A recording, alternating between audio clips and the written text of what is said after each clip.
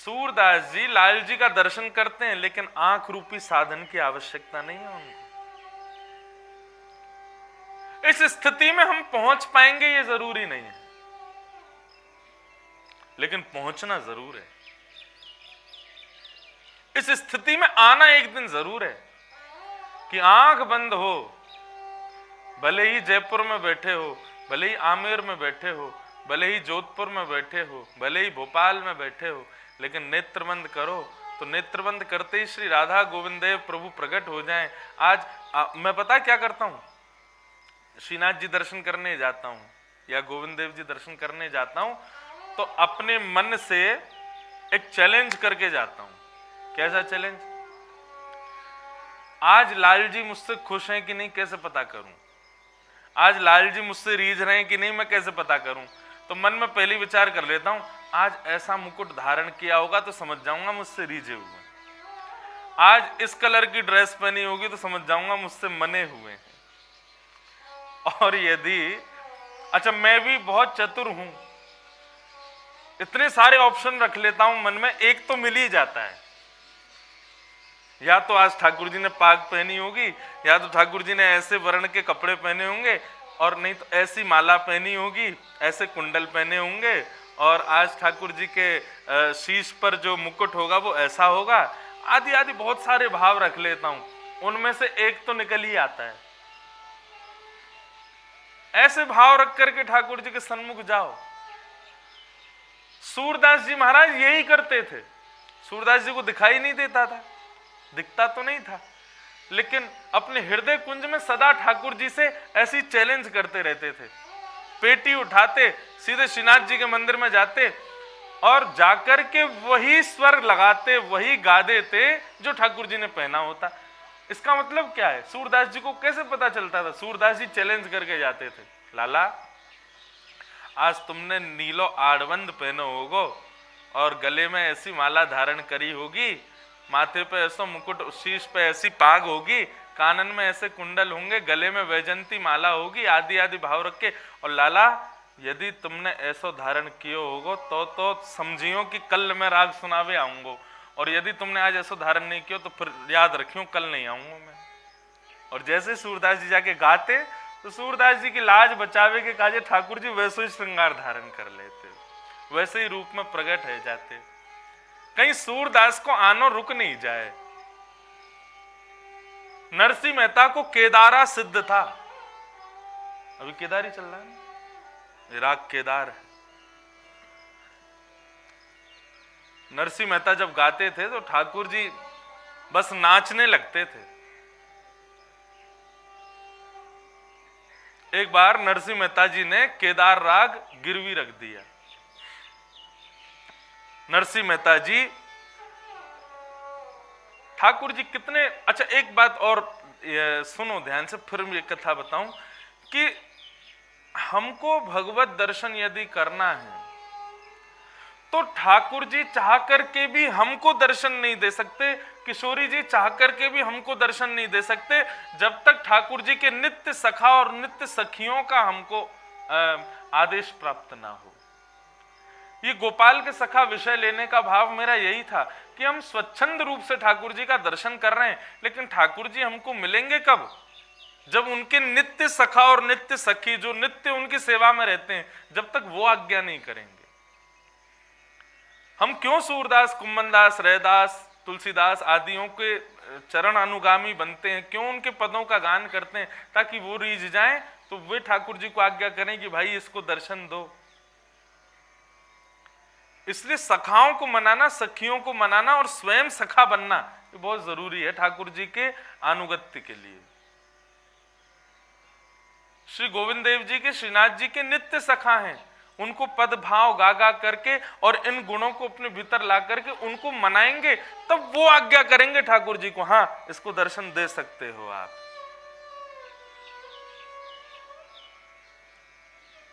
ये लक्षण, ये गुण सखाओं के पास है। ठाकुर जी उनके अनुगत्य में, ठाकुर जी उनके बंधन में है। जब तक वो नहीं चाहेंगे वो दर्शन नहीं दे सकते। तो श्री नरसिंह मेहता जी एक बार उन्होंने अपना राग गिरवी रख दिया। क्यों? किसी सेठ से बहुत सारे पैसे लिए थे। उस सेठ की पत्नी को उन्होंने आज्ञा कर दी थी कि तुमको इस जीवन में ठाकुर जी का दर्शन जरूर होगा। सेठानी बड़ी प्रसन्न हो गई, सेठ जी से कह दिया इनको बहुत पैसों की जरूरत है कि इनको दे दो, कुछ दिन में वापस लौटा देंगे। नरसिंह मेहता पैसा लेकर के चले गए। जितना समय था उतनी अवधि में वापस नहीं किया। सेठ बार बार फोन तो थे नहीं उस समय, सॉरी, बार बार जावे, कभी लिख करके भेजे कि लाओ भाई हमारा पैसा लौटाओ।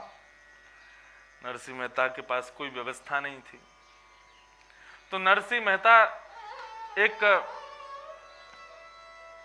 संध्या के समय पर अपने ठाकुर जी के सन्मुख बैठ के जब राग केदार गाते थे तो ठाकुर जी अपने श्रृंगार के एक आभूषण को गिरा करके स्वीकार कर लेते थे उस राग को।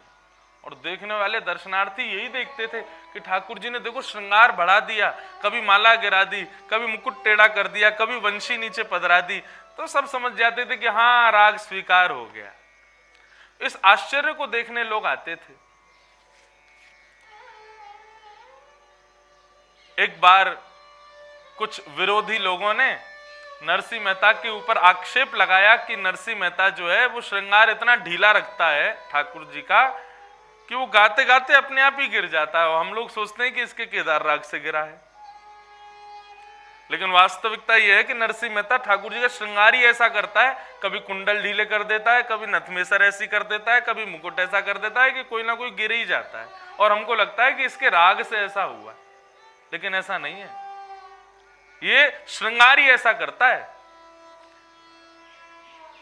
सब लोग बोले कि चलो आज नरसिंह मेहता से कहते हैं कि भाई माला हम पहनाएंगे, श्रृंगार हम करेंगे ठाकुर जी का, तुम गा के दिखाओ। और भाव ये था कि उसी दिन सुबह सुबह वो सेठ जी आ गए और आकर के नरसिंह मेहता से कहने लगे मेरा पैसा वापस करो। नरसिंह मेहता बोले कि अभी तो मेरे पास व्यवस्था नहीं है, मैं कैसे करूं, क्या करूं, लेकिन आपको बहुत वो है तो मैं काम करता हूं, मैं ठाकुर जी का प्रिय राग केदार आपके सन्मुख गिरवी रख देता हूं। गिरवी रखने का मतलब शाम को इतने लोग आते हैं दर्शन करने की, नरसिंह मेहता केदार गाएगा, ठाकुर जी श्रृंगार बनाएंगे, मैं आज राग गिरवी आपको रख देता हूं कि अब मैं केदार नहीं गाऊंगा जब तक आपका पैसा नहीं लौटा दूंगा। उस समय बहुत बड़ी बात थी। सेठ जी बोले कि सच में तुम केदारा नहीं गाओगे? बोले कि आप सुन लेना, मैं नहीं गाऊंगा। बोले फिर ठाकुर जी का जो भाव है, बोले कोई बात नहीं, आपको कष्ट दे रहा हूं, आपका धन नहीं लौटा पा रहा तो ठाकुर जी भी कष्ट सह लेंगे, नहीं गाऊंगा केदार। और उसी दिन वो विपक्षी लोग आ गए थे, नरसिंह मेहता को आके बोले कि आज हम माला पहनाएंगे ठाकुर जी को, हम श्रृंगार करेंगे और तुम इनका श्रृंगार गिरा के दिखाओ। तुम्हारे केदार गा के नहीं गिरा तो हम मान जाएंगे तुम झूठ बोलते हो। नरसिंह मेहता बड़े संकट में पड़ गए, क्या करें, आज ही केदार गिरवी रखा है और आज ही ये सब श्रृंगार लेके आ गए, बड़ी स्थिति खराब, क्या करें। पूरा नगर जुट गया वहां, तो सब देखने के लिए आए हैं कि भाई क्या होगा, आज पता चलेगा कि ये पाखंड करते हैं कि वास्तविकता है। नरसिंह मेहता टेढ़ी नजर से अपने ठाकुर जी को देखें, बोले लाला ये तुम्हारा ही फैलाया रायता है सारा, तुमने ही सब ये करा है हमारे ऊपर, अब तुम ही लाज बचाओ। नरसिंह मेहता कभी यमन गावे, कभी भैरवी गावे, कभी भैरव गावे, कभी मालकोश गावे, कभी चारुकेसी गावे, कभी, लेकिन ठाकुर जी माला गिरावे ही नहीं। अब तो धीरे धीरे करके लोग उठने लगे और उठ करके नरसिंह मेहता के इस भाव को बेकार करने लगे। नरसिंह मेहता ने नेत्र बंद किए, नेत्रों से आंसू बहने लगे, बोले लाला देखो मेरी प्रतिष्ठा बने इसकी मुझे कोई आवश्यकता नहीं, लेकिन कल से आप याद रखना भीड़ कम हो जाएगी, दर्शनार्थी कोई नहीं आएगा, अकेला मैं गाऊंगा और आप सुनोगे, और आपको दर्शनार्थी बहुत प्रिय हैं। ठाकुर जी अपना नित्य श्रृंगार क्यों करवाते हैं? अरे महाराज बहुत अटेंशन सीकर हैं ये गोविंद देव जी, इनको अटेंशन चाहिए। कितने लोग मुझको देखें, कितने लोग मेरे को देख करके आनंदित हो जाएं, मेरी बलैया लेवें, इसमें इनको बहुत सुख मिलता है। चलो ये तो इनकी बात हो गई, लेकिन दूसरा भाव पक्ष ये भी है कि गोविंद देव जी कहते हैं कि मेरे को देखेगा तो कुछ तो पाप कम होंगे उसके, उसी का ही तो कल्याण होगा। तो नित्य श्रृंगार इसीलिए कराते हैं ताकि खूब सारे लोग मुझे देखने आवे। ठाकुर जी के चरणों में प्रार्थना करने लगे, बोले भगवान मेरी लाज बचाओ, तुमसे बढ़िया तो मैं किसी और देवता का आश्रय ले लेता, शंकर जी का ले लेता तो रावण की तरह सोने की लंका मिल गई होती मुझको। तुम्हारी जगह ब्रह्मा का आश्रय करता तो कम से कम हिरण्यकश्यप की तरह अमर तो बन जाता। लेकिन गलती हो गई, तुम्हारा आश्रय कर लिया मैंने। ठाकुर जी बोले भैया अब तो नरसिंह मेहता को बचाना पड़ेगा। नरसिंह मेहता उस सेठ की पत्नी को कह के आए थे कि तुमको जीवन में एक बार ठाकुर जी का दर्शन जरूर होगा। ठाकुर जी ने नरसिंह मेहता का रूप धारण किया और खूब सारा धन लेकर के, जितना था ब्याज सहित लेकर के गए और सेठ जी को जाकर के दे दिया। बोले लो भगवान आप ये धन स्वीकार करो और हमारे राग को मुक्त कर दो, क्योंकि हमारे लाला को सुख उसी में मिलता है। सेठ जी से तो मिले, संग में उनकी पत्नी भी थी। पत्नी का बहुत भाव था नरसिंह मेहता की तरफ। बोले आप आए हैं तो कुछ पाके जाइए। बोले पवा, क्योंकि उन्होंने कहा था ना नरसिंह मेहता ने कि तुमको ठाकुर जी का दर्शन होगा। नरसिंह मेहता का रूप धारण करके ठाकुर जी गए, खूब प्रेम से भोजन अरोगा, भोजन अरोग करके आनंदित हुए, उसको खूब सुख दिया। सुख दे करके ये वापस आए और वापस आकर के पैसा वापस करने की रसीद जो थी, ठाकुर जी आकर के तो विराजमान हो गए। नरसिंह मेहता अलग अलग राग गा रहे थे, इतने में ही किसी व्यक्ति के द्वारा वो रसीद नरसिंह मेहता जी की गोद में आ पड़ी। नरसिंह मेहता जी ने देखा कि वो बकाया राशि जो थी सेठ जी की सब चुक गई और राग केदारा मुक्त हो गया। नरसिंह मेहता बोले ये कैसे हुआ, ये किसने किया? तभी देखा तो सामने ठाकुर जी की दो दतुइयां दिखाई दे रही हैं। ठाकुर जी मंद मंद मुस्कुरा रहे हैं। नरसिंह मेहता आनंदित हो गए, बोले निश्चित इन्होंने ही किया है सब कार्य। इतने में ही सब संगीतज्ञों को आज्ञा की, बोले राग केदार बजाओ। सब बोले तुमने राग केदार रखा है गिरवी, कैसे गा दोगे? बोले कि मुक्त हो गया, रसीद आ गई है मेरे पास में। और जैसे ही राग केदारा गाना प्रारंभ किया, आप तो महाराज यहाँ से माला गिरे, यहाँ से मुकुट गिरे, यहाँ से कुंडल गिरे, एक एक करके ठाकुर जी ने सब श्रृंगार मानो बढ़ा दिए हों। और नरसिंह मेहता के उस भाव पर, ये श्रृंगार बढ़ाने का भाव क्या है? ठाकुर जी देखने में मूर्तिमंत हैं लेकिन वैसे नृत्य कर रहे हैं, नृत्य करने के भाव से श्रृंगार गिर रहा है ठाकुर जी का। ऐसा स्वीकारीकरण सूरदास जी कहते हैं, हम भी केदार में ही गावें। आहा, जो सुख होत गोपाल ही गाए, जो सुख होत गोपाल ही गाए, जो सुख होत गोपाल ही गाए।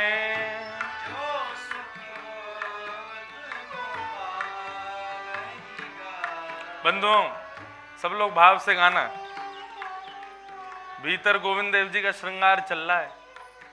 थोड़े पुजारी जी परेशान हो जाएं, क्यों? हमारे केदारा को सुन के भीतर भी श्रृंगार गिर रहा हो, कभी कान के कुंडल पधर रहे हो, कभी हाथों के कड़ूला गिर जाएं। ऐसा भाव रख के गाओ सब लोग भाव से। ठाकुर जी को अति प्रिय है ये राग। राग केदार जब कोई गाता है तो ऐसा कहते हैं ठाकुर जी अपने 100 काम छोड़ के उसके सामने आते हैं, आकर के सुनने लगते हैं। भाव से गाओ। जो सुख होत गोपाल ही गाए, जो सुख होत गोपाल ही गाए, जो सुख होत गोपाल ही।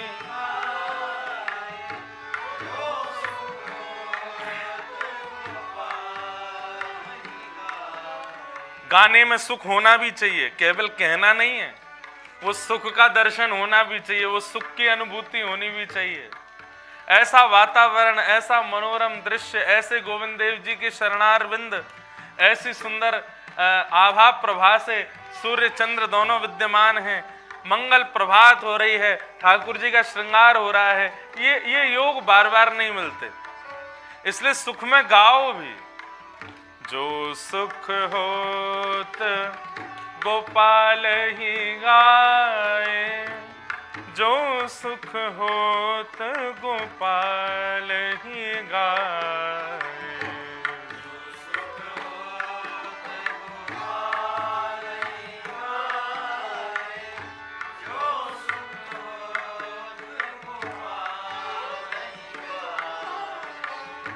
सोना होत जप तप व्रत संयम, सोना होत जप तप व्रत संयम, सोना होत जप तप व्रत संयम, सोना होत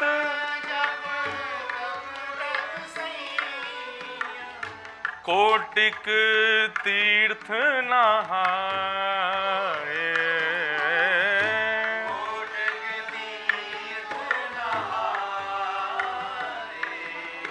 जो सुख होत गोपाल ही गाए, जो सुख होत गोपाल ही गाए, जो सुख होत गोपाल ही गाए।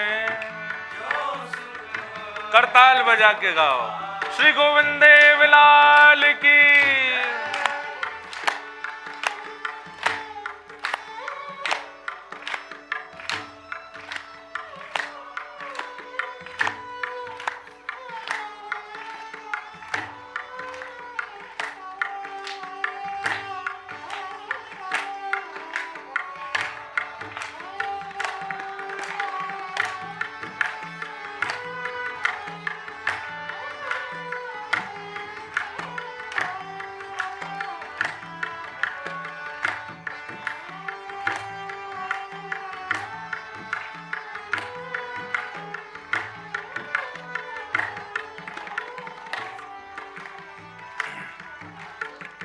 गद गद गिरा नयन जल धारा, गद गद गिरा नयन,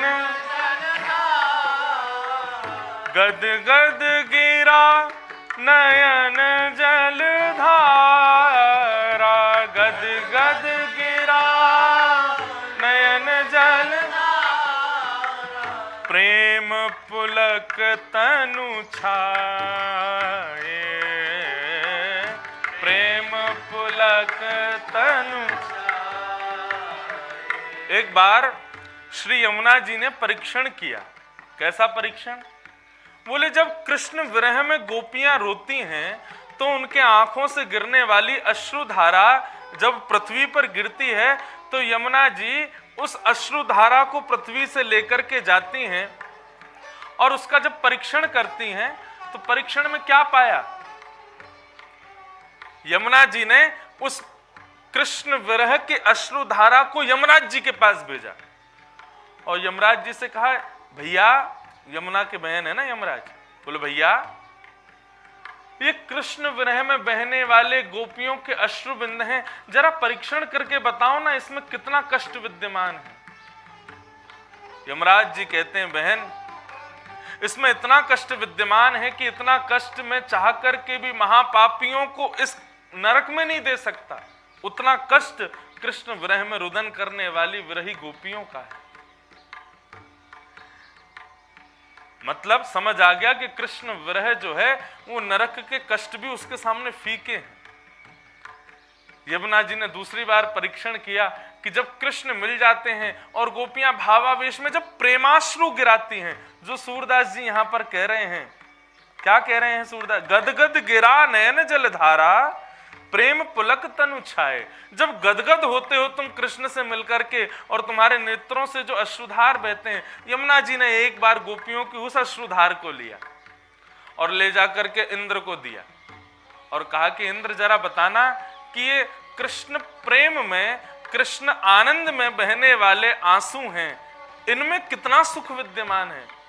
तो इंद्र कहते हैं कि इतना सुख तो स्वर्ग के भोगियों को भी प्राप्त नहीं होता जितना सुख इसमें विद्यमान है। ये सुख तो ब्रह्मा के सुख से भी ऊपर है। सूरदास जी वही कह रहे हैं, कृष्ण के भाव में, कृष्ण के प्रेम में, उस कन्हैया के प्रेम पक्ष में जब दो अश्रुबिंद आंख से निकलते हैं तो उस समय जो सुख भक्त को होता है वो ब्रह्म सुख को भी फीका कर देता है। और प्रेम अश्रु जो हमारे नेत्रों से निकलते हैं वो साधारण नहीं है। कृष्ण के प्रेममयी कथा सुनते हुए, दर्शन करते हुए जब नेत्रों से अश्रुधार बहते हैं तो उस समय ये बात बिल्कुल निश्चित माननी चाहिए कि कन्हैया या तो पीछे पद्दी पे लटके हुए हैं, या कहीं हाथ पकड़ रखो है, या अभी अभी छू के निकले हैं, तभी ये प्रेमाश्रु प्रकट हुआ है। गद गद गिरा नयन जलधारा, गद गद गिरा प्रेम पुलक तन छाए, प्रेम पुलक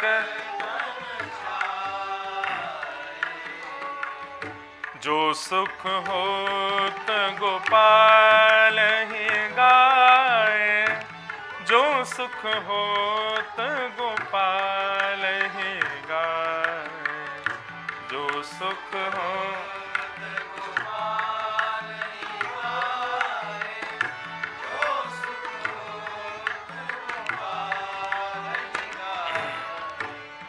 जो कृष्ण से प्रेम करते हैं उनके लिए सूरदास जी कहते हैं, दिए लेत नहीं चार पदार्थ, दिए लेत नहीं चार पदार्थ, काम चतुर्विध पुरुषार्थ, धर्म अर्थ काम और मोक्ष। कृष्ण प्रेमियों को यदि ये प्राप्त हो रहे हो तो वो उसको लेते नहीं है, बोले हमको नहीं चाहिए, हमें ना धर्म से मतलब, ना अर्थ से मतलब, ना काम, ना मोक्ष चाहिए। कहा करूं वैकुंठ ही जाए, जहां नहीं नंद जहां नहीं यशोदा, ऐसे वैकुंठ को कौन जाए, ब्रज तज मोरी जाए बलाएं। यदि ब्रज छोड़ करके जाने की बात करो, वैकुंठ भी यदि सामने हो, वहां पे भी मेरी अलाएं बलाएं चली जाए, मुझे नहीं जाना है, मैं तो यहीं ब्रज में ही रहूंगा, मुझे ब्रज छोड़ के नहीं जाना। ये ब्रज भक्त का भाव है।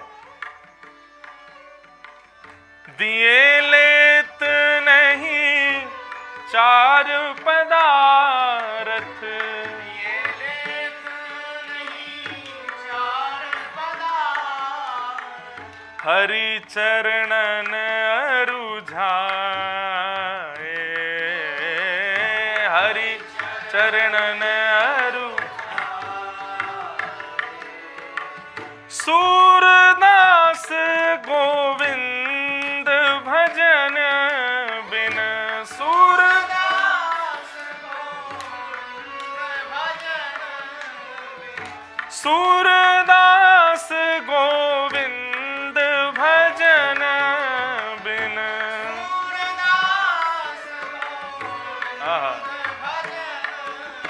सूरदास गोविंद भजन बिन,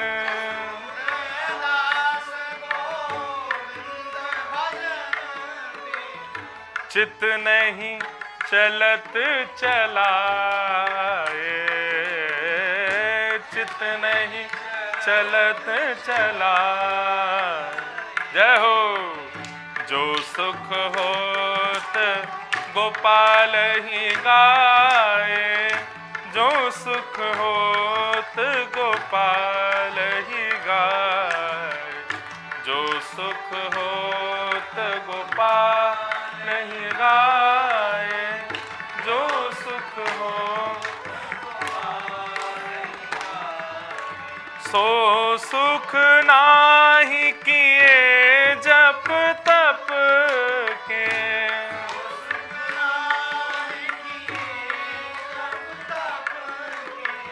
कोटिक तीर्थ नहाए, कोटिक तीर्थ नहाए। जय हो। जो सुख होत गोपाल ही गाए, जो सुख होत गोपाल ही गाए, जो सुख गोपाल ही गाए, जो सुख होत हाँ जो सुख होत गोपाल ही गाए, जो सुख होत गोपाल ही गाए, जो सुख होत गोपाल, जो सुख होत, जो सुख होत, जो सुख होत गोपाल ही गाए। श्री राधा रमण लाल की। मिलता है ना सुख ठाकुर जी का गुणगान करने में। कोई मुझसे कहते हैं आप थक नहीं रहे, परसों कथा करके आए, कल से फिर यहाँ सुबह कथा और फिर आगे कथा, इतना मैंने कि भाई ठाकुर जी का गुणगान गाने में भी यदि थकान होने लग जाए तो फिर इससे बड़ा जीवन का व्यर्थ और कुछ नहीं होगा। थकना तो उनको चाहिए जो संसारी कार्यों में लगे हैं। लोग कहते हैं कि कथाकारों का तो व्यापार हो गया कथा कहना। मैं तो स्वीकार करता हूँ, हाँ हमारा व्यापार है, चलो मान लो हमारा व्यापार है, हम कथा से व्यापार कर रहे हैं, लेकिन ऐसा व्यापार हर कोई करे जिसमें खुद भी गुणगान ठाकुर जी का करे, सबको भी गवावे, ऐसा व्यापार हमको स्वीकार है। ठाकुर जी के भक्तों में सखा का दूसरा लक्षण होना चाहिए प्रशांत। ये मैंने कहां से निकाले? कृष्ण स्यासीत सखा कश्चित ब्राह्मणो ब्रह्मवित्तमः विरक्त इंद्रियार्थेषु प्रशांतात्मा जितेंद्रिय। सुदामा चरित्र। वहां पर पहला बताया विरक्त, दूसरा बताया प्रशांत। ठाकुर जी के भक्त में प्रशांति होनी चाहिए, जितना हो सके शांत रहे, जितना हो सके कम बोले, कम देखे, कम सुने, किसको? संसारी वस्तुओं को। और धीरे धीरे प्रयास ये प्रारंभ करो। पहले एक बार एक दिवसीय अवकाश देके देखो, फिर धीरे धीरे 2 दिन का कर दो, धीरे धीरे 3 दिन, सनई सनई। भक्ति जो एक साथ लोग कर देते हैं ना, एक बार में ही सब हो गई महाराज, इतना कभी कभी भाव आ जाता है, आज ही पूजा, आज ही सेवा, आज ही 56 भोग, आज ही ये, आज ही वो। ऐसे लोगों की भक्ति सुदृढ़ नहीं होती। भक्ति धीरे धीरे आगे बढ़नी चाहिए, सनई सनई। तो गोपाल अपने सखाओं में पहला गुण देखते हैं विरक्ति, दूसरा गुण देखते हैं प्रशांति। शांत कितना है। जो बहुत बोलता है ठाकुर जी को वो भी प्रिय नहीं। गोपाल के सखा का तीसरा गुण क्या होना चाहिए? जितेंद्रिय। अपनी इंद्रियों को जीते। हाथ में तो ली है माला, नेत्र बंद करके ठाकुर जी का स्मरण कर रहे हैं, लेकिन उस समय ये लग रहा है कि कब माला पूर्ण हो और माला छोड़ करके मैं तुरंत जाऊं, मेरी चाय का समय हो गया, या मुझे भोजन करना है, या मुझे ऐसा भाव है या ऐसा भाव। ऐसा नहीं। जितेंद्रिय। ठाकुर जी की सेवा में जब हो तब अपनी इंद्रियों को जीते बैठा हो। ठाकुर जी की सेवा के मध्य में किसी भी प्रकार का विक्षेप इंद्रियों की इच्छाओं से ना हो, ऐसा सखा ठाकुर जी को प्रिय है।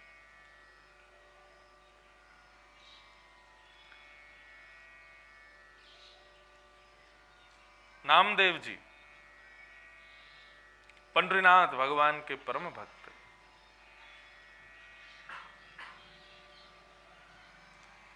किसी भी प्रकार से किसी भी वस्तु के प्रलोभन में उनकी इंद्रियां आसक्त नहीं थी, इसलिए पंडरीनाथ को वो परम प्रिय थे। परम सुख मिलता था श्री विट्ठल भगवान को उनके दर्शन में। हाँ, ये बात बिल्कुल सत्य है कि भक्त सामने बैठा रहे, अपने भोजन पानी को भूल जाए, अपने आदि आदि सब क्रियाओं को भूल जाए, ठाकुर जी के सन्मुख बैठा रहे, ठाकुर जी को वो प्रिय है। ठाकुर जी उस समय ये विचार नहीं करेंगे बेचारे को भूख लग रही होगी, अरे कम से कम ठीक है, एक दिन के लिए सही भूला तो सही संसारी वस्तुओं को, मेरे सामने बैठा तो है, ऐसे ही देखत रहूं मैं जन्म सफल कर मानू, तू बैठो ही रहे सामने, मैं तू को देखता रहूं, तू मुंह को देखता रहे। नामदेव जी का ऐसा भाव। नामदेव जी ने एक बार अपने मन को एकाग्र करने के लिए मन में विचार किया कि यदि मैंने ठाकुर जी के दर्शन करने से पहले पादुकाएं बाहर उतार दी और यदि कोई मेरी पादुका ले गया तो मेरा मन ठाकुर जी के दर्शन में कम, पादुका में ज्यादा लगा रहेगा। कोई ले तो नहीं जाएगा, कोई मेरी चप्पल उठा तो नहीं ले जाएगा। अरे बहुत मेहनत से आती है भाई, बहुत धन कमा के चप्पल बनवाई है अपने लिए। तो नामदेव जी ने क्या किया, अपनी स्वाफी खोल के चप्पल बांधी और कमर में बांध ली। बोली चप्पल संग रहेगी तो मन ठाकुर जी के दर्शन में पूर्णतः लगा रहेगा, कम से कम मन तो नहीं जाएगा चप्पल की ओर।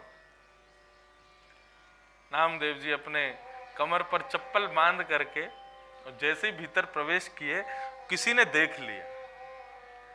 किसी ने देख करके कहा, अरे देखो पाखंडी आ गया है, अरे देखो विधर्मी आ गया है, ठाकुर जी के दर्शन करने आया है और यहाँ पे चप्पल पहन के आ गया, चप्पल लेके आ गया भीतर। लोगों ने मारना पीटना शुरू कर दिया और बिना ठाकुर जी के दर्शन किए ही नामदेव जी को बाहर कर दिया और प्रतिबंध लगा दिया, सबका भीतर प्रवेश रहेगा लेकिन नामदेव का निषेध है, ये कभी भीतर दर्शन करने नहीं आएगा, इसने इतना बड़ा अपराध किया है। एक कोने में जाके बैठ गए नामदेव जी और अपने विट्ठल का स्मरण करने लगे। बोले मेरे भाव को कोई समझ नहीं पाया नाथ, और मुझे लगता आप भी नहीं समझ पाए। मैं तो केवल सुदृढ़ता से आपकी भक्ति करना चाहता था, मैं नहीं चाहता कि मेरा मन विचलित हो, मेरा मन किसी वस्तु के, हाँ हम में आसक्ति है क्योंकि वो आसक्ति आपने दी है हमें। संसार की वस्तु के प्रति आसक्ति होना हमारा स्वभाव बन गया है। नाथ हम क्या करें, थी मेरी आसक्ति कि कोई मेरी चप्पल ना ले जाए, और बात ये नहीं थी कि चप्पल जाने का मुझको विरह, मुझे ये था कि मैं संसारी हूं, चप्पल कोई ले गया तो आपके दर्शन में विक्षेप होगा, आपके दर्शन में मेरा मन नहीं लगेगा, मेरे मन में कोई दिक्कत ना हो, मैं आपके दर्शन पूर्णतया कर सकूं, इसीलिए तो भीतर लेके आया था। लेकिन मेरे भाव को किसी ने नहीं समझा, और नाथ औरों की मुझे चिंता नहीं, शायद आपने भी नहीं समझा। लेकिन जरूरी थोड़ी नेत्रों के सामने आओगे तभी तुम्हारा दर्शन होगा। एक कोने में बैठ करके जय हरि विठ्ठल श्री हरि विठ्ठल माझा माउली कीर्तन करने लगे। माउली कहते हैं मैया। आप लोग कभी पंडरीनाथ भगवान का दर्शन करने जाओगे, हर जगह ठाकुर जी कैसे कैसे भाव स्वीकार कर रहे हैं, मुझे कभी कभी आश्चर्य होता है। वृंदावन में बाल गोपाल का भाव रखते हैं, वहीं आप जगन्नाथपुरी चले जाओ तो जगन्नाथपुरी में सब नाथ का भाव रखते हैं ठाकुर जी के प्रति, ये हमारे नाथ हैं। वहां पे भी एक प्रकार से मित्रता सखा वाला भाव रहता है सबका। ठाकुर जी को गालियां भी देते हैं जगन्नाथपुरी में, जब रथ यात्रा के लिए ठाकुर जी को लेके जाते हैं, और यदि ठाकुर जी, कई बार क्या होता है कि कंधे पे उठा के लेके जाते हैं पंडा लोग, ठाकुर जी भारी हो जाते हैं जानबूझ के, जब सिड्डी से उतर रहे होते हैं इतने भारी हो जाते हैं कि 200 लोगों के उठाने पर नहीं उठते, तो फिर क्या करते हैं वो सब खड़े होकर गाली देते हैं ठाकुर जी को, बोले 2 बापों का जाया है, ऐसा करके बोलते हैं। हम नहीं बोले लेकिन वो बोलते हैं, इसका तो यही कंफर्म नहीं कि मैया कौन है, ऐसा करके ठाकुर जी को गाली देते हैं। बोले अब की बार उठा रहे हैं तो उठ जा, नहीं तो धक्का दे देंगे यहीं से। जैसे ही कंधा लगाते सुई उठ जाते हैं ठाकुर जी, वहां अलग भाव से विद्यमान है। बद्रीनाथ में वही योगेश्वर कृष्ण शंख चक्र गदा पद्म धारण करके तप कर रहे हैं, वहां पर पूर्ण ब्रह्म का भाव है। द्वारिका में राजा धीराज महाराज बन करके बैठे।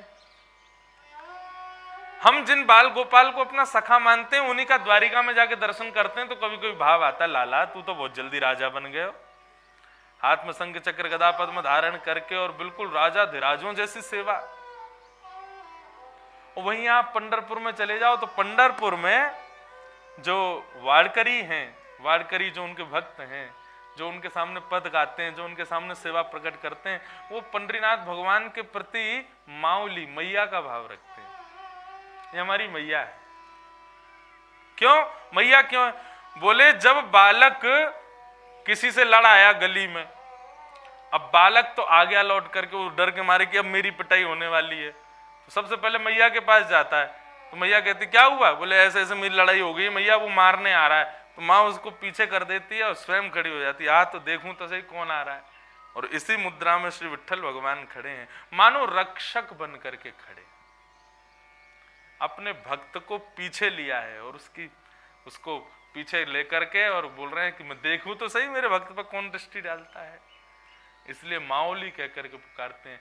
नामदेव जी ने हे माओली माओली माओली कह करके जब कीर्तन करना प्रारंभ किया है, जय जय राम कृष्ण हरि जय जय राम कृष्ण, जय जय राम कृष्ण हरि जय जय राम कृष्ण, जय जय राम कृष्ण हरि जय जय राम कृष्ण, जय जय राम कृष्ण हरि जय जय राम,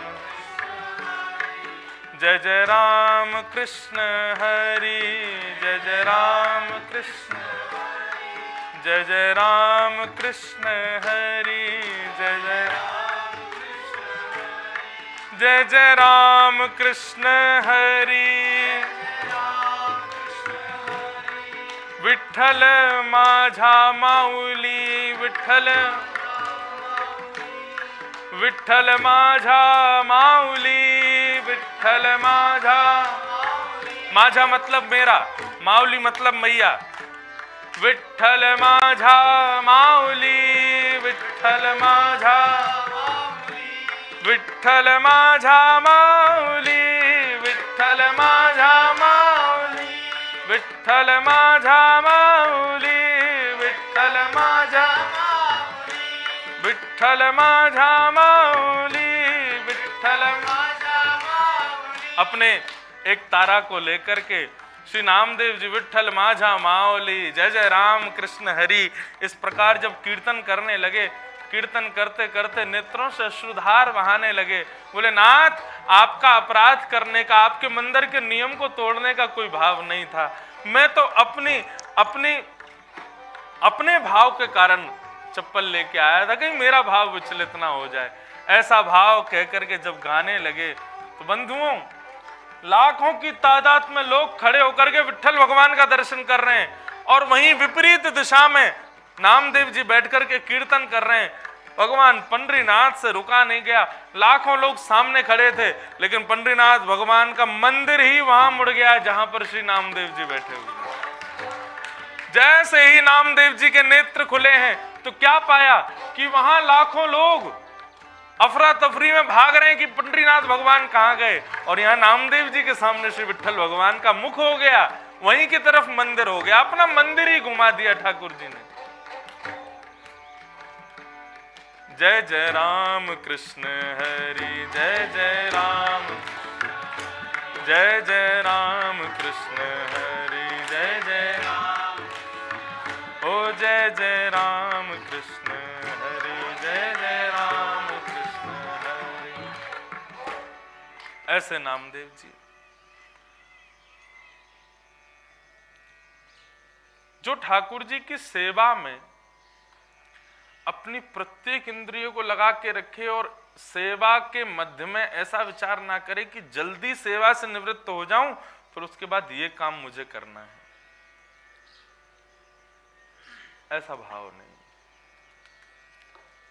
बाकी के सब कार्य सब जरूरी हैं जीवन में, लेकिन जब सेवा का भाव विद्यमान हो, बहुत ज्यादा आपत्ति आवे तभी ठाकुर जी की सेवा में मध्य में कुछ भाव ऐसे आवे कि हम उठ के चले जाएं, नहीं तो ठाकुर जी की सेवा के मध्य में ये भाव नहीं आना चाहिए कि हमें अभी खाना है या वहाँ जाना है, कोई आया है, ऐसा भाव नहीं। हाँ, कोई संत आवे, कोई भक्त आवे, कोई वैष्णव आवे तो ठाकुर जी की अधूरी सेवा भी छोड़ के जाओ, लेकिन उसका स्वागत करो, नहीं तो महाराज वो गजेंद्र बनना पड़ेगा। भागवत में कथा आती है, इंद्रद्युम्न राजा था, संत आए लेकिन वो ठाकुर जी की सेवा नहीं छोड़ी उसने, संत बहुत देर तक बैठे रहे, बल्कि उस दिन संतों को दिखाने के लिए इंद्रद्युम्न ने और लंबी पूजा की। तो संत उठ के चले गए, बोले कि इसके अंदर हमारे प्रति कोई भाव नहीं है। उसी का कारण यह हुआ कि संत अपराध की वजह से इंद्रद्युम्न राजा को हाथी बनना पड़ा।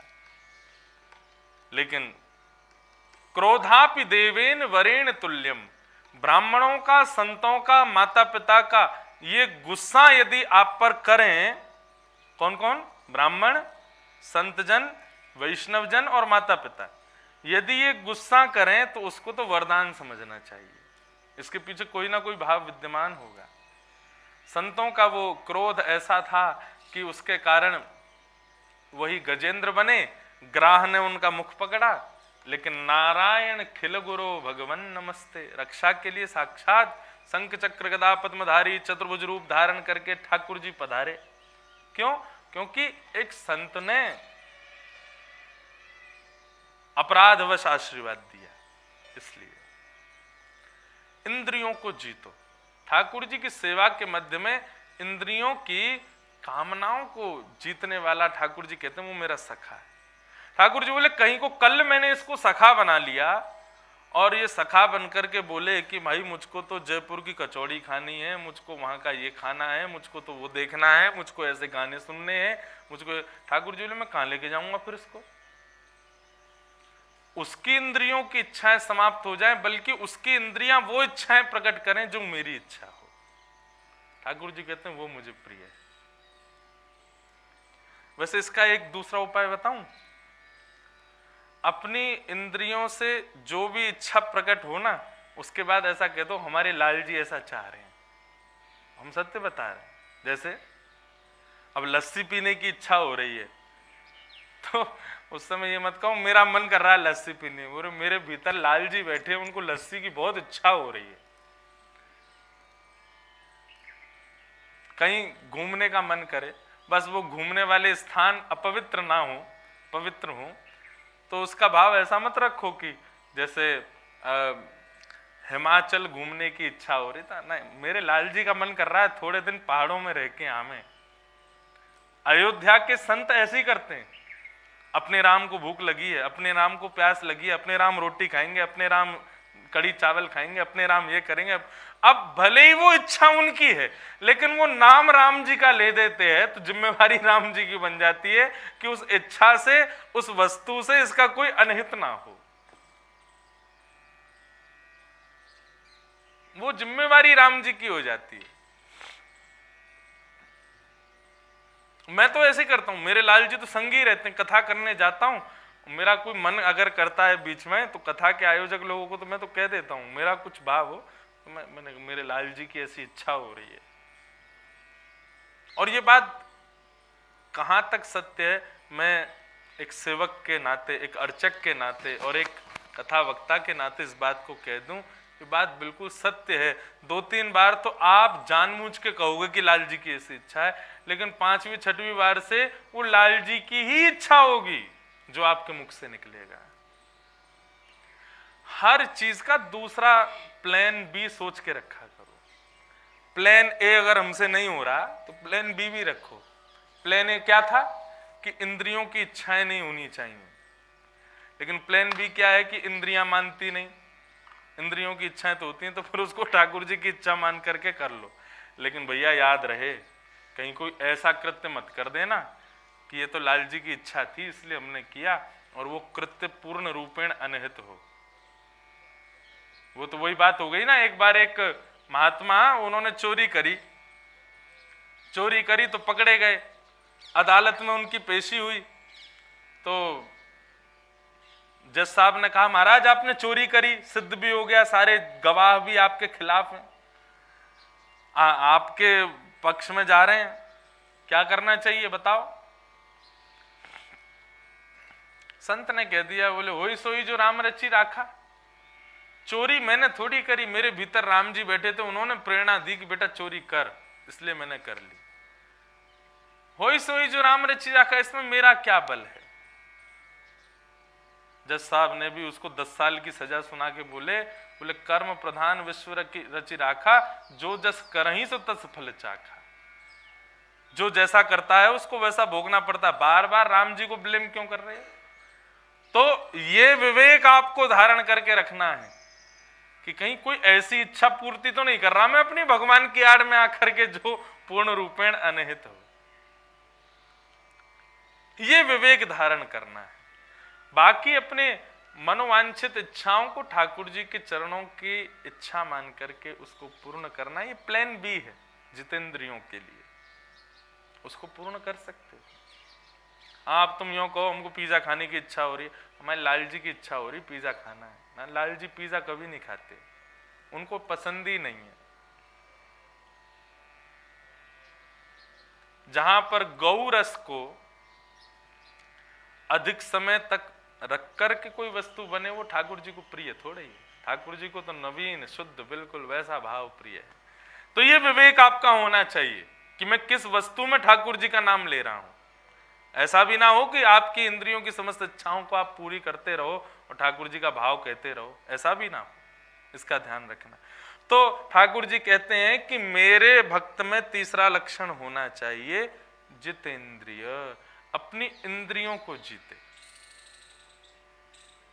जैसे कृष्णदास, अष्ट सखाओं में एक सखा हुए कृष्णदास, कृष्णदास जी का इतना मधुर भाव था ठाकुर जी के प्रति, वो जो कुछ भी वस्तु उनको अच्छी लगती थी वो उस वस्तु को इसलिए नहीं लेते थे कि मुझको चाहिए, वो उस वस्तु को इसलिए लेते थे कि मेरे ठाकुर जी को प्राप्त हो जाए।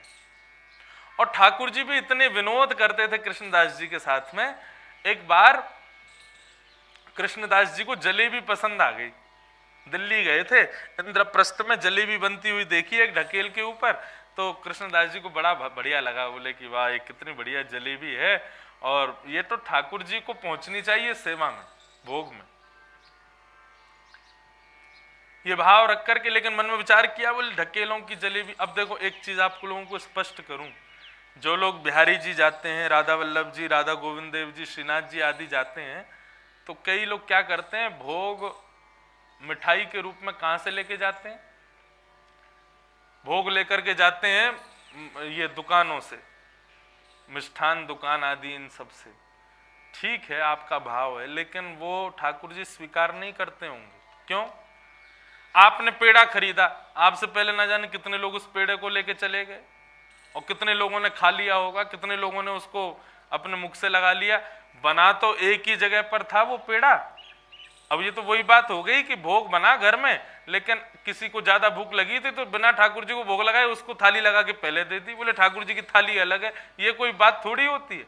भोग लगा सबसे पहले थाली ठाकुर जी की जानी चाहिए। अब हम जो स्वीट्स वगैरह खरीदते हैं वो ना जाने कितने लोग पहले ले जा चुके हैं और कितने लोगों ने उसको झूठा कर लिया खा के। अब आप उसको ले जाते हो जाके बिहारी जी के मंदिर में या कहीं भी चढ़ा देते हो, ठीक है, पुजारी लोग आपके भाव को स्वीकार करते होंगे, लेकिन ठाकुर जी नहीं ग्रहण करते होंगे। ठाकुर जी के लिए तो अपने घर से बिल्कुल नवीन अपरस के भाव से बना करके लेके जाओ, जिस पर किसी की दृष्टि ना पड़ी हो, जिसको किसी ने ग्रहण ना किया हो, जो केवल ठाकुर जी के लिए हो, ऐसा बना के लेके जाओ, तब ठाकुर जी स्वीकार करते हैं। कृष्णदास जी बोले ढकेल की बनी हुई जलेबी ठाकुर जी को नहीं दूंगा, खुद बनाऊंगा जाके। मन में विचार करने लगे, रात्रि में ही सब सामान खरीद लूंगा और सवेरे बढ़िया अपने हाथों से नहा धो करके बना के फिर ठाकुर जी के भोग में लेके जाऊंगा। लेकिन ठाकुर जी ने उनका भाव ऐसा स्वीकार किया कि रात्रि में जब लौट के आए दिल्ली से तो शयन हो रहे थे श्रीनाथ जी के। श्रीनाथ जी के दर्शन करने के लिए, शयन का पद गाने के लिए कृष्णदास जी जब सन्मुख पहुंचे, जैसे ही पर्दा हटा तो क्या देखा, शयन के आवेश में, शयन के आवरण में ठाकुर जी खड़े हैं, लेकिन अपनी उठी हुई भुजा में जलेबियां लेकर के खड़े। यहां पर जब जलेबी लग रखी हुई देखी, कृष्णदास जी के नेत्र सजल हो गए। जय हो नाथ, मैंने तो केवल भाव रखा का आपके लिए तैयार करूंगा, आपके लिए सिद्ध करूंगा, लेकिन आपने उससे पहले स्वीकार कर लिया। ठाकुर जी बोले मेरे सखा के मन के भाव वो मेरे भाव है, उसकी पूर्ति करना वो मेरा धर्म है, मेरा लक्षण है, इसलिए मैं उसको पूर्ति करने में जरा भी संकोच नहीं करता, विलंब नहीं करता। जितेंद्रिय का मतलब ये भी मान सकते हो कि फिर जो भी कुछ भाए आपको, आंखों को किसी का रूप भाया, कानों को किसी का स्वर भाया, जीव को कहीं का स्वाद भाया, तो ये सबसे पहले आपका भाव आ जाए कि ये वस्तु ठाकुर जी को देने योग्य है, ये तो मेरे लाल जी की सेवा में पहुंचनी चाहिए। कहां तक कहें, कितनी प्रसिद्ध कथा है, मैं अपनी कथाओं में कहा करता हूं। यही कृष्णदास जी आगरा में एक बार एक वैश्या का नृत्य अच्छा लगा इनको। आगरा में एक वैश्या का नृत्य और गायन इतना भाया श्री कृष्णदास जी को, कृष्णदास जी उसके पास पहुंच गए। नगर वैश्या जैसे ही पहुंचे, पहुंच करके उस वैश्या से बोले, हमारे नाथ के सामने नृत्य करोगी, हमारे सेठ जी के सामने गाओगी। वैश्या ने क्या सोचा था कि कोई ठाकुर जी थोड़ी होंगे, उसको लगा कोई सेठ ही होगा। उसने कहा कितना मिलेगा मुझको? कृष्णदास जी बोले 100 रुपया तो अभी रखो। उसने जीवन में 100 रुपया नहीं देखा था। वैश्या ने 100 रुपया देख करके बोली 100 रुपया अभी रखना है और बाकी बाद में मिलेगा? बोले हाँ। बोले मतलब 100 से भी ज्यादा मिलेगा? बोले हाँ। कृष्णदास जी बोले क्यों? बोले क्योंकि मुझे 100 रुपया कभी कोई नहीं देता, लेकिन आप जरूर किसी धनवान सेठ के सेवक हैं तभी मुझे 100 रुपया दे रहे हैं। आप 100 दे रहे हैं तो सेठ ना जाने कितना देगा। उसको क्या पता थी सेठ कौन है। सुंदर श्रृंगार करके चली गई कृष्णदास जी के साथ में। इसे कहेंगे जितेंद्रिय। भाई तो थी कृष्णदास जी के नेत्रों को, सुंदर है, अच्छा नृत्य कर रही है, अच्छा गा रही है, स्वर बढ़िया लगे कृष्णदास जी के कान को, लेकिन उन्होंने तो तत्क्षण उसको न्योछावर कर दिया ठाकुर जी के लिए। ठाकुर जी के पास जानी चाहिए। लेकर के गए, मंदिर में ले जाकर के खड़ा कर दिया। कपाट लगे थे श्रीनाथ जी के। वैश्या कहने लगी कहाँ है आपके सेठ जी? बोले अभी भोजन रोक रहे हैं, अभी भोजन के बाद में दर्शन देंगे और दर्शन खुलते ही नृत्य करना। जैसे ही कपाट खुले श्रीनाथ जी के, ऊर्ध्व बाहु, एक भुजा कटी पर, नीचे नेत्र, मंद मुस्कनिया, गोल कपोल, सुंदर ललाट पर शीश पर पाग विराजी है श्रीनाथ जी के। ऐसा सुंदर दृश्य देख करके वो वैश्या मोहित हो गई, नेत्रों से निहार रही है, मुख से चाह तो रही है कि कुछ गाऊं, लेकिन इतनी गदगद हो गई है कि कंठ से स्वर नहीं निकल रहा है। चाह तो रही है कि मैं नृत्य करूं, लेकिन पैर रखती कहीं है, जाता कहीं है। ऐसी स्थिति हो गई। हम सब ठाकुर जी के लक्षण तो सब जानते हैं, लेकिन एक बार नारद जी ने ठाकुर जी को पकड़ लिया। बोले ठाकुर जी एक मेरी बात सुनो। बोले बताओ। आपके लक्षण तो सब बताते हैं, लेकिन जरा अपने भक्तों के लक्षण बताना, भक्त के लक्षण क्या होते हैं? ठाकुर जी स्वयं कह रहे हैं मेरे भक्त का लक्षण क्या है। वाग्गदगदा द्रवते यस्य चित्तम रुदत्यभिक्षणम हसति क्वचिच्च विलज्ज उद्गायत नृत्यते च मद्भक्ति युक्तो भुवनम पुनातु। मेरा दर्शन करके जिसकी वाणी गदगद हो जाए, वाग गदगदा, और द्रवते यस्य चित्तम, जिसका हृदय द्रवित होकर के पिघल जाए, और रुदत्य भिक्षणम हसती क्वचिच्च, कभी भी मेरी याद करके जो रोने लग जाए और कभी भी मेरा स्मरण करके जो हंसने लग जाए। विलज्ज उद्गायत नृत्य तेज, लज्जा रहित होकर के जो नृत्य करने लग जाए, ताल का ध्यान ना रखे, वस्त्रों का ध्यान ना रखे, अपने रूप का ध्यान ना रखे। विलज्ज उद्गायत नृत्य तेज। नारद जी से भगवान कहते हैं नारद मद भक्ति युक्तो, वो मेरा भक्त है, भुवनम पुनातु, वो मेरा भक्त है।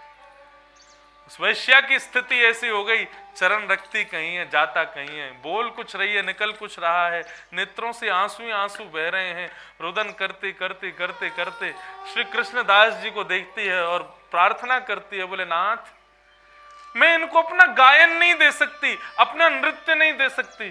क्यों? क्योंकि इन सब पर पहले ही अधिकार इस संसार के लोगों ने जमा लिया था।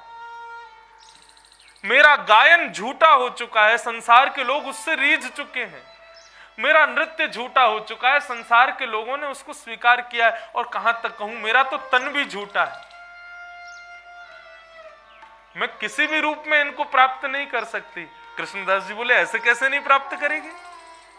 तेरा तन झूठा, तेरी वाणी झूठी, तेरा नृत्य झूठा, सब माना मैंने, लेकिन तेरी आत्मा झूठी नहीं। और कृष्णदास जी ने यह भाव गाया, मुझे बहुत प्रिय है, मैं अपने लाल जी को नित्य सुनाता हूं। हमारे वृंदावन के राधा रमणीय गोस्वामी मेरे पीछे पड़ गए एक बार और मुझसे बोले तुम राधा रमण जी का इतना भाव गाते हो, ब्रज जन प्रियतम बाल मुकुंदम राधा रमणम हरे हरे, तुमने ये पद भी गाया। लेकिन जब नाथ द्वारा में कथा हुई श्रीनाथ जी में, वहां जब मैंने गाया मेरो मन गिरधर छवि पे अटक्यो, तो एक गोसाई जी बोले कि अच्छा हमारे लाला को छोड़ के चले गए तो श्रीनाथ जी के पास में, अब ये त्रिभंग लली ना भारो, अब तुमको यही भारो है। मैंने कि मैं ना गए हो, ये खुद आए। मैंने कि मेरे गिरधर लाल जी, और मैंने कि भक्त की इतनी सामर्थ्य है ही नहीं कि वो स्वयं ठाकुर जी के पास चला जाए। आपका मन जिस स्वरूप पर रीझ जाए, मैं आपको स्पष्ट करके कह दूं, आप नहीं रीझे हो उस पर, वो रीझा है आप पर। यदि आपको गोविंद देव जी को देखने में बहुत रुचि आती है, वो भाव ना श्रीनाथ जी में प्रकट हो रहा है, ना राधा रमन जी में प्रकट हो रहा, ना कहीं और प्रकट हो रहा, तो ये मत सोचना कि गोविंद देव जी में मेरा मन अटक गया है। गोविंद देव जी का तुम में मन अटका हुआ है, इसलिए तुमको कहीं और जाने नहीं दे रहे हैं। मैंने कहा मेरी क्या गलती, राधा रमन जी का तो मैं नित्य हूं, और कोई अंतर थोड़ा ही है, बस वही लाला ऐसे की जगह ऐसे है गए, बस ने एक आकृति बदल गई, लाला तो वही है। लेकिन ऐसा कह दूं तो श्रीनाथ जी मेरे सखा हैं और राधा रमन मेरे प्रियतम हैं। सखा में और प्रियतम में अंतर कुछ खास नहीं होता, लेकिन प्रियतम कुछ खास होता है। ये बात धीरे ही कह दूं, कहीं मेरा लाला नहीं सुन ले, अच्छा वो ज्यादा खास है, ऐसा नहीं। कृष्णदास जी कहते हैं तू अपना नृत्य नहीं दे सकती, गायन नहीं दे सकती, अपना शरीर नहीं दे सकती, आत्मा तो दे सकती है। सब लोग गाओ। आज के भाव को इसी भाव के साथ विराम करेंगे। आरती करने आ गए सूर्य नारायण।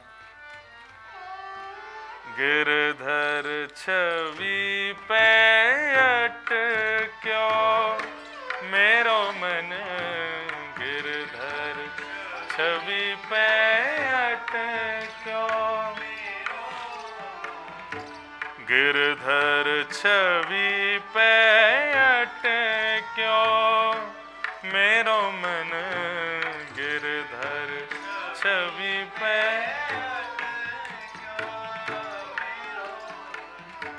गिरधर छवि पे अटक्यो मेरो मन, गिरधर छवि पे अटक्यो।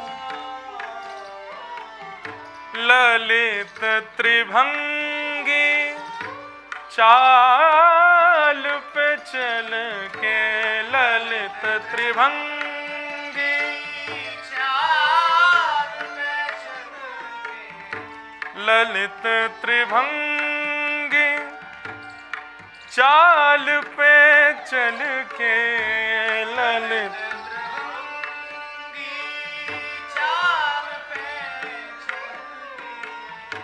चिबुक चारु गड़ी ठट क्यों,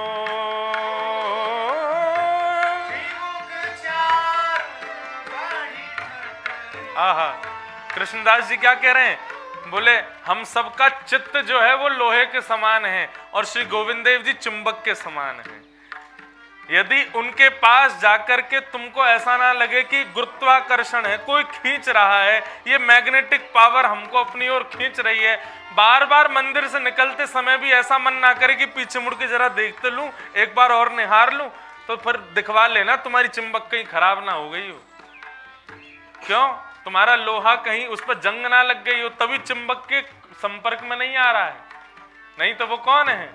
चिबुक चारू गड़ी ठट क्यों, ओ चिबुक चारू गड़ी ठट, मेरो मन गिरधर छवि पे अटक्यो, मेरो मन।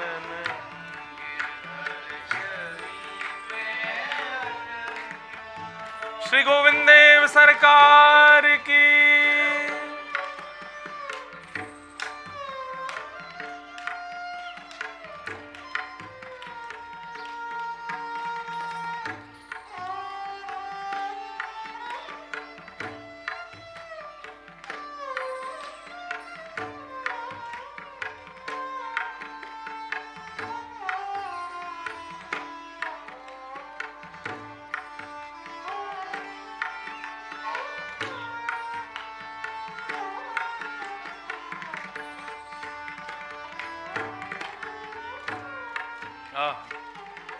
कृष्णदास जी कहते हैं कि ठाकुर जी ने तुमको स्वीकार किया, ये तुमको प्रमाण कैसे मिलेगा?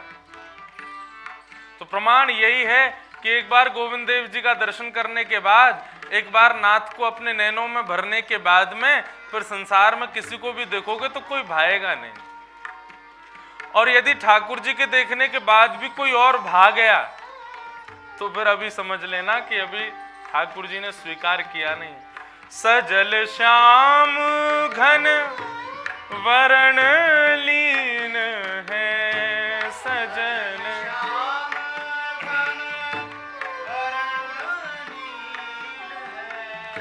फिर चित अनत न भट क्यों, ओ फिर चित न, हाँ फिर चित अनत न भट क्यों,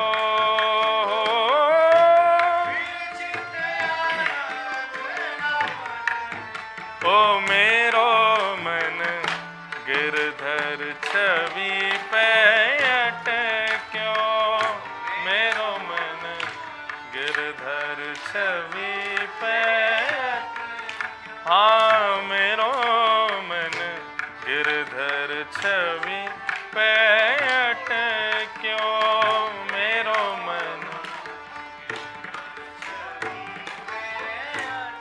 और क्या कहते हैं कृष्णदास जी? तू तन नहीं दे सकती, तू अपना गायन नहीं दे सकती, अपने नृत्य से ठाकुर जी को नहीं रिझा सकती, तो फिर ये कर। क्या? कृष्णदास किए प्राण न्योछावर,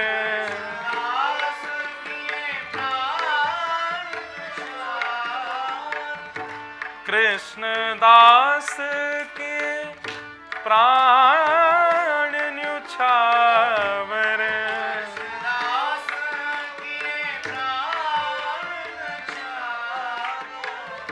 कृष्णदास किए प्राण न्योछावर,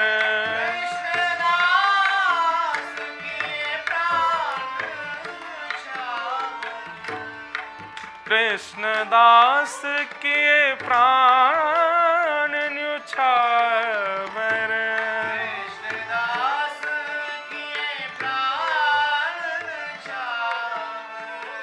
यह तन जग सरपट क्यों, ओ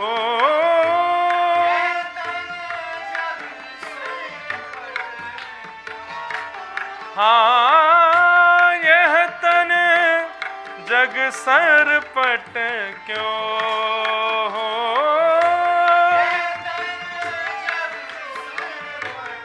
जैसे ही कृष्णदास जी ने कहा है कृष्णदास किए प्राण न्योछावर, यह तन जग सिर पटक्यो। वैश्या मुस्कुराने लगी, नेत्रों से आंसू बह रहे हैं। तभी कृष्णदास जी को अपना गुरु स्वरूप मानती है, बोले गुरु आज्ञा गरी ऐसी।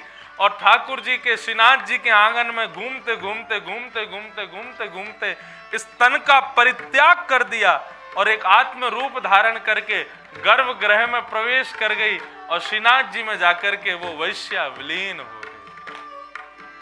कृष्णदास किए प्राण न्योछावर, यह तन जग सिर पटक्यो। मेरो मन गिरधर छवि पे